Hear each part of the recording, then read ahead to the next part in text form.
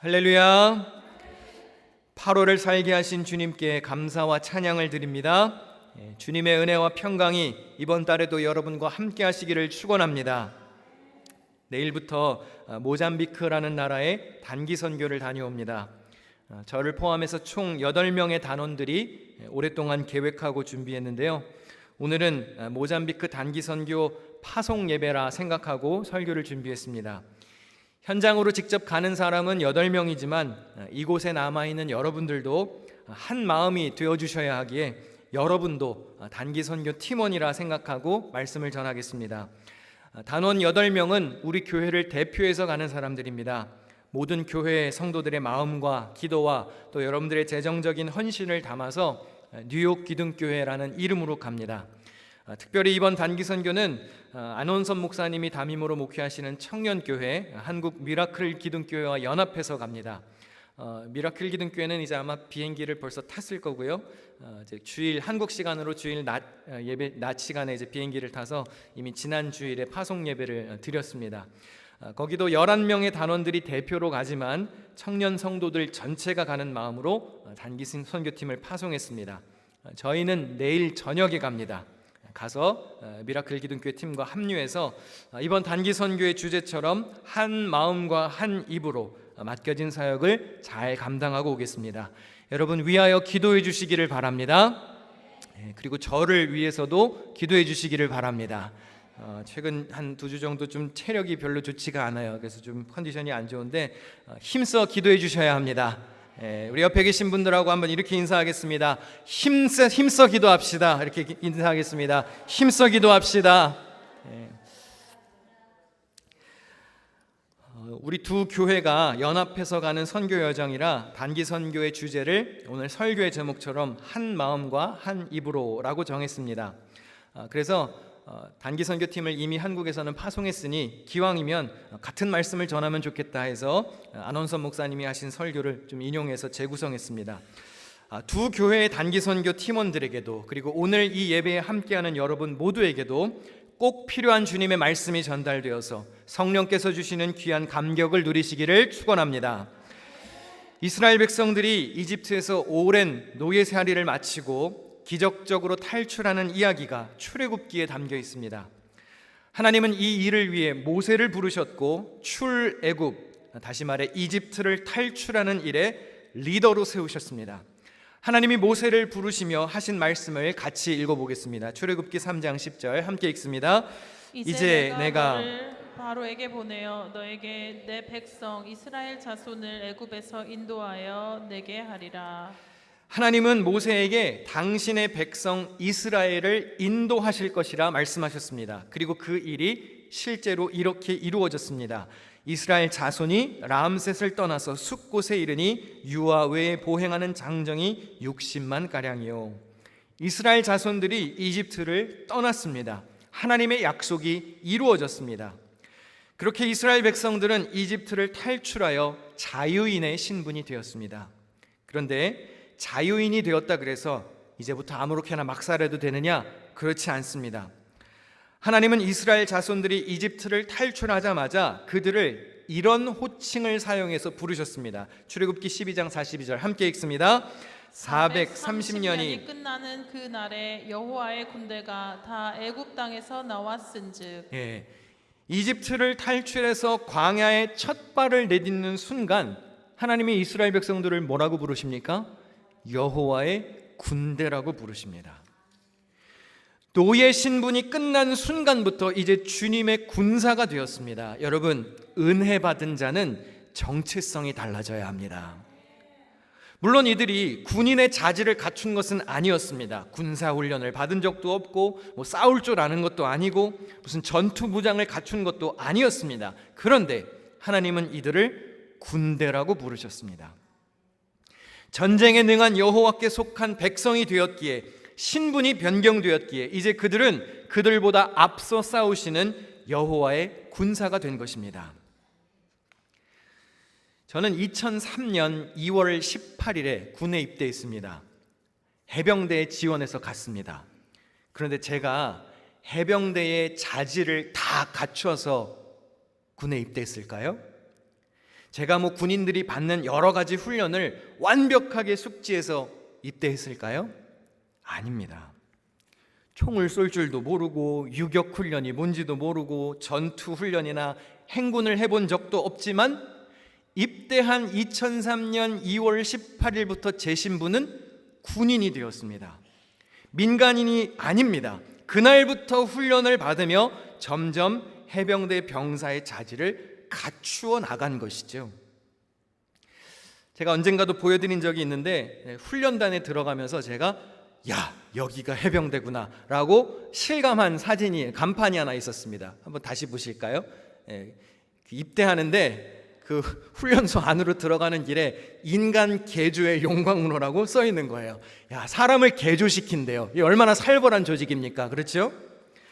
근데 그러고 보니까 교회도 비슷한 곳인 것 같아요.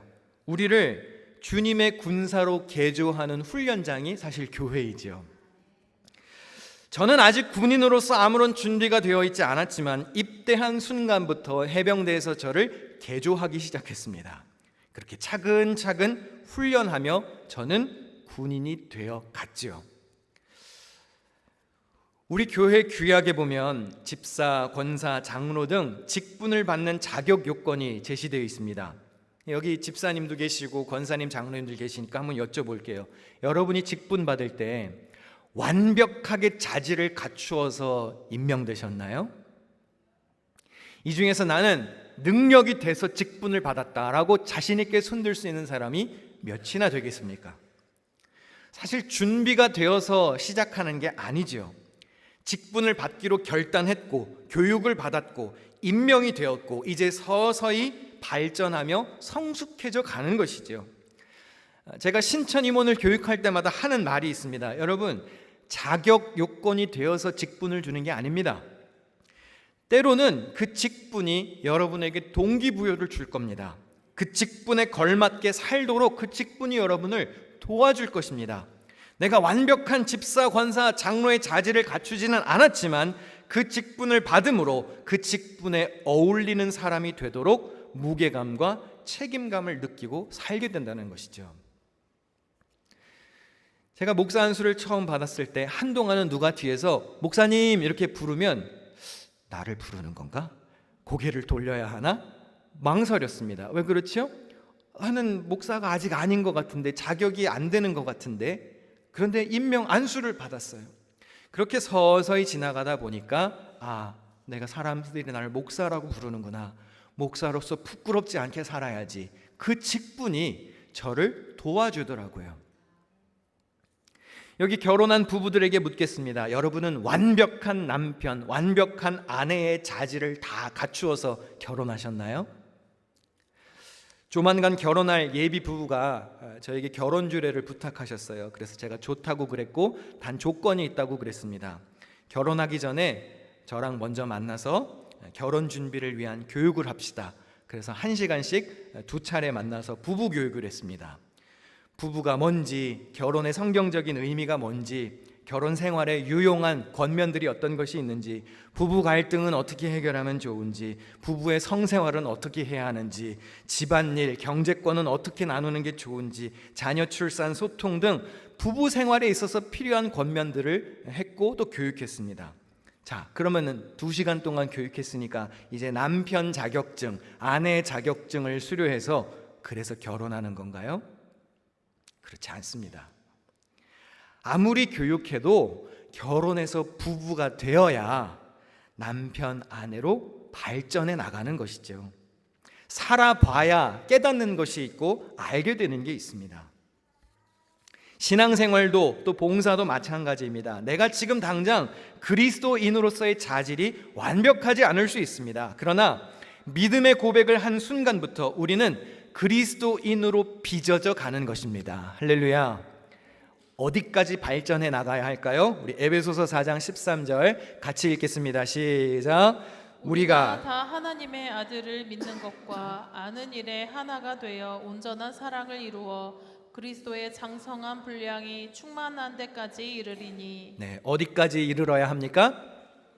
네, 따라하겠습니다. 그리스도의 장성한 분량이 그리스도의 장성한 분량이 충만한 데까지 여러분, 완전에 이를 때까지 우리는 성숙해져 가는 것입니다. 지금은 어린아이와 같은 모습일지라도 예수님을 닮는 단계까지 서서히 발전해 나가야 하는 것이죠. 봉사도 그래요.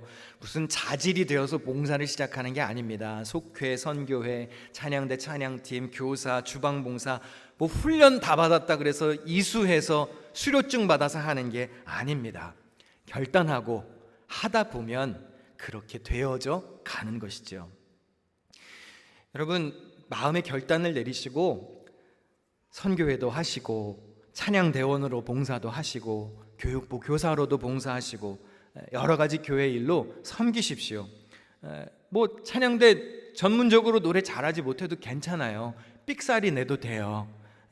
가끔씩 삑사리도 좀 놔줘야 은혜가 되잖아요. 그렇죠? 처음에 교사로 지원했을 때는 누가 교사인지 누가 학생인지 분간이 안 가요. 그런데 때로는 학생들에게 배우는 게 있습니다. 우리 부모님들 자녀를 낳고 나면 자녀에게 배우는 게 있죠. 되어져 가는 겁니다. 이번 모잠비크 단기 선교도 그렇습니다. 8명의 단원들이 여러 차례 만나서 준비하기는 했는데 완벽해서 가는 걸까요? 아닙니다. 솔직히 지금도요, 내일 가는데 이거 이대로 가도 되나? 이게 제대로 될 건가? 그런 두려움이 있어요. 그렇지만 결단했고 지원했고 하나님께서 쓰시는 도구가 된다는 확신으로 내일 떠나는 겁니다. 믿음으로 떠나는 순간 우리는 여호와의 군대요 단기 선교사로 파송이 되어 가는 겁니다. 선교팀원뿐만 아니라 우리 교회 성도 모두가 똑같습니다. 여호와의 군대로 하나의 부대라는 정신으로 우리가 이 기간을 보내야 합니다.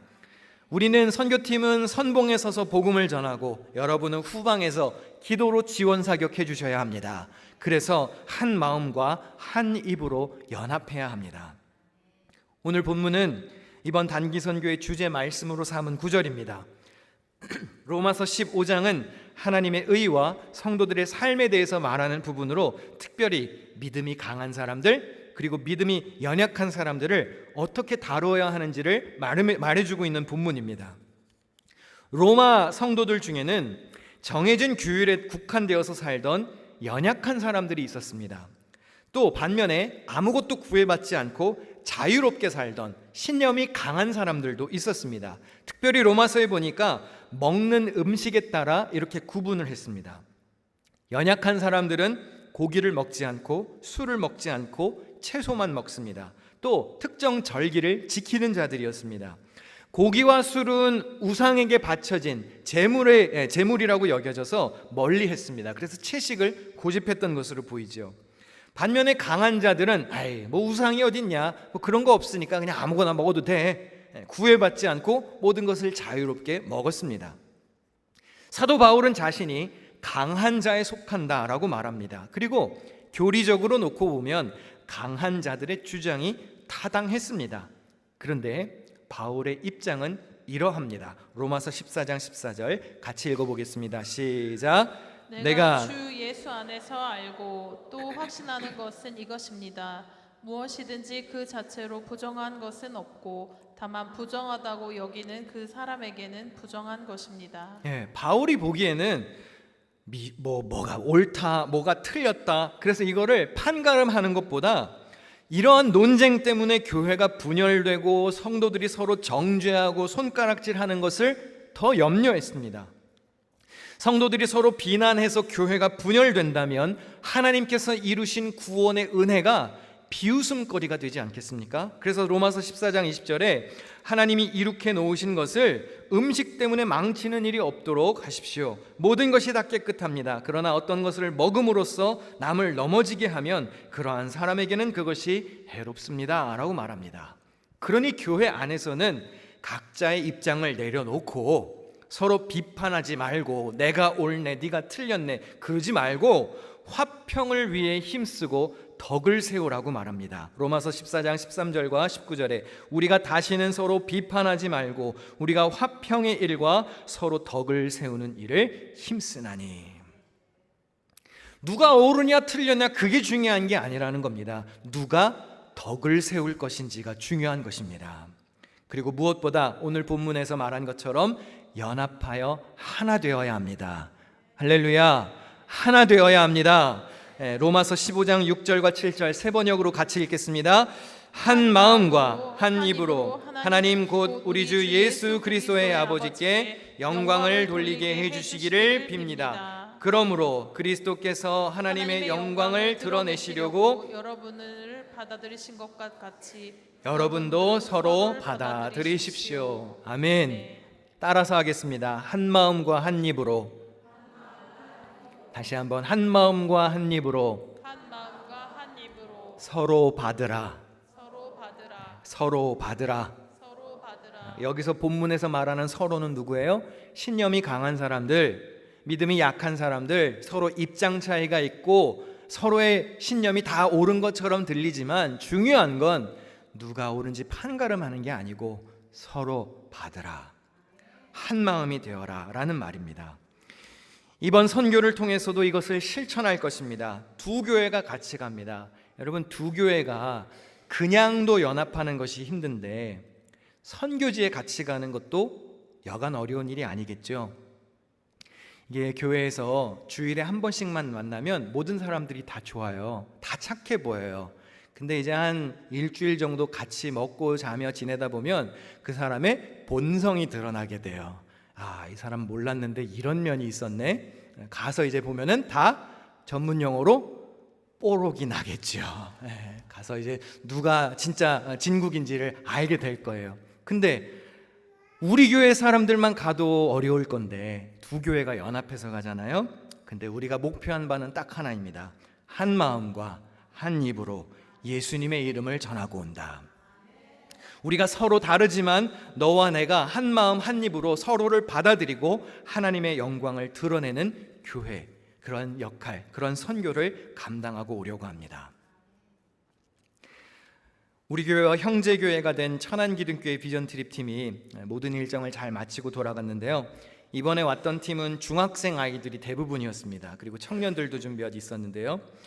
비전 트립 기간 중에 그 아이들을 지켜보면서 이번에 느낀 게 있습니다. 이 아이들이 참 반듯하다라는 느낌을 많이 받았어요. 신앙교육을 잘 받았구나, 정철호 목사님이 정말 철저하게 교육시키셨구나라는 것을 느낄 수 있었습니다. 모일 때마다 인사 잘하고, 모일 때마다 정성을 베풀 때마다 감사해야 할 줄 알고, 교회를 아끼고 사랑하는 모습을 보니까 예뻐 보이더라고요. 밖에서 좋은 구경하고 좀 좋은 숙소로 들어가서 잘 쉬면 좋을 텐데 교회로 들어오면서 와, 교회가 제일 좋다 이러면서 들어오는데 얼마나 예뻐요. 그렇죠? 반복적으로 시간을 투자해서 때로는 철저하게, 때로는 엄격하게 믿음 훈련을 시키셨구나라는 게 느껴졌어요. 근데 이번에 중학생 아이들이 이렇게 나눈 대화 중에 이런 얘기를 했다는 얘기를 제가 들었는데요. 어린 아이들이 보기에도 이 세상이 막장인가 봐요. 그래서 애들이 그랬대요. 야, 정말 세상이 말세야, 이런 얘기를 했대요. 뉴욕에 와서 보니까 또 얼마나 또 개방적이에요. 그러니까 맨하탄 같은 데 나가서 이렇게 놀다가 들어오면은 야, 세상이 정말 막 나간다, 그러면서 그런 얘기를 했다는 거예요. 우리가 이 세상의 마지막 성도일 수도 있겠다, 그런 얘기를 했대요. 근데 여러분, 제가 우리 교회 어른들한테 들었던 말과 똑같은 말이에요. 어른들이 그런 얘기했어요. 우리 세대에서 끝날 거예요, 목사님. 이제 다음 세대는 우리처럼 신앙생활 안 해요. 무슨 말인지는 알겠는데 아이고, 대를 이어서 잘 신앙생활 합니다. 할렐루야. 이 아이들도 자기가 보기에 자기가 마지막이라는 생각이 들 만큼 세상이 혼탁하다는 것이죠. 기독교 진리에 반하는 사회적인 현상들을 보면서 우리가 믿음을 가진 마지막 세대일 수도 있겠다라는 마음으로 하나님이 만드신 세상을 위해 우리가 한 마음과 한 뜻이 되어서 기도해야 되겠다라고 중학생들이 그랬대요. 중학생들이. 여러분들의 자녀들 무시하지 마세요. 할렐루야. 참 감동적이지 않습니까? 크리스찬이라면 이 정도 사명감은 있어야 하지요. 내가 없으면 누가 예수를 전할까? 내가 마지막 남은 주의 사람이 되리라. 엘리야 선지자가 그랬잖아요. 내가 마지막 남은 여호와의 사람입니다. 다 바알 선지자가 되고 아세라 선지자가 되었는데 여호와의 선지자는 나만 홀로 남았다라고 백성들에게 당당히 외쳤던 것처럼 세상에 아무리 막 나가도 여러분 주의 편에 서서 하나님의 사람을 임을 고백하며 사시기를 축원합니다. 우리 엘리야 선지자의 고백을 함께 읽는 동안 우리 찬양 준비해 주시면 좋겠는데요. 엘리야 선지자가 이렇게 고백합니다. 함께 읽습니다. 시작. 여호와여 내게 응답하옵소서. 내게 응답하옵소서. 이 백성에게 주 여호와는 하나님이신 것과 주는 그들의 마음을 되돌이키심을 알게 하옵소서. 아멘. 아멘. 여러분 한 마음으로 기도해 주시기를 바랍니다. 건반 악기 뮤트 좀 풀어주시고요. 그들로 하여금 주 하나님이 여호와이심을 알게 하옵소서. 우리가 모잠비크 땅에 가서도 복음을 전할 때 그곳 사람들이 주 여호와가 하나님이신 것을 알게 하옵소서. 돌이키게 하옵소서. 그렇게 기도해 주셔야 합니다. 우리도 어느 곳에 있든지 여러분들이 선교지에 직접 가지는 않더라도 어느 곳에 있든지 하나님의 영광 드러내며 예수 그리스도의 향기를 전하는 복음 증거자로 살게 하옵소서. 여러분이 서 있는 곳에서 주님의 빛을 비추는 사명자로 살아가시기를 축원합니다.